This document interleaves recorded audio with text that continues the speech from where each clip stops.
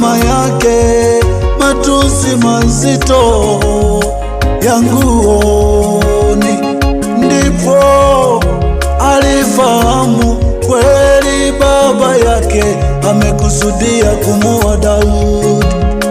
Biblia inaendelea kusema, basi Daudi siku ile akaondoka, akakimbia kwa hofu ya kuuawa na Sauli. Lakini alipofika nako huko, wasaidizi wa mfalume walisema, mtu huyu ni mbaya, atanyang'anya ufalume wako.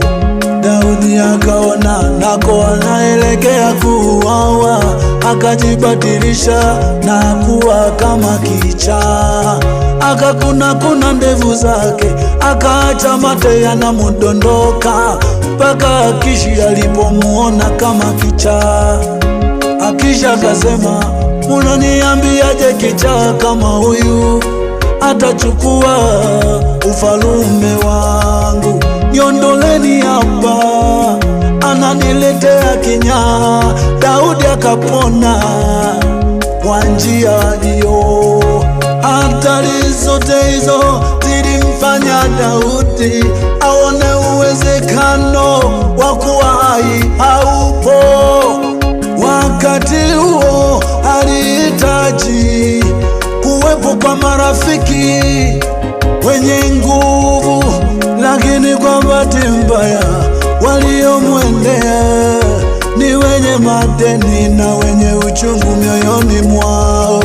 Mazingira kama hayo yalimfanya Daudi aone uwezekano wa kuwa hai haupo tena. Alimwendea mfalume wa Moabu, akamuomba mtunzie familia yake. Akamwambia mfalume wa Moabu, nitunzie wazazi wangu mpaka nitakapojua litakalo nipata, kwa sababu uwezekano wa kuwa hai haupo.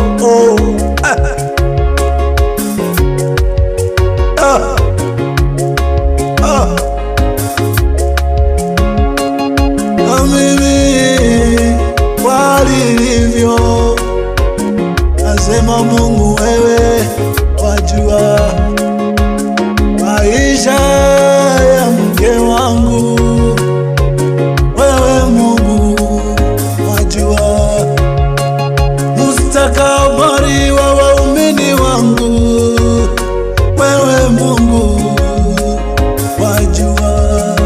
Kwani ninaona mbele yangu pana hatua moja tu kati ya mimi na mauti.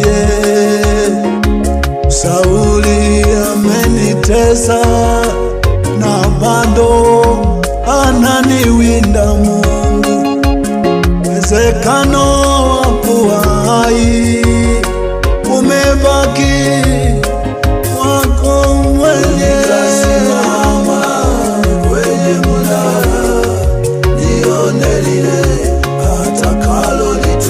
Nitasimama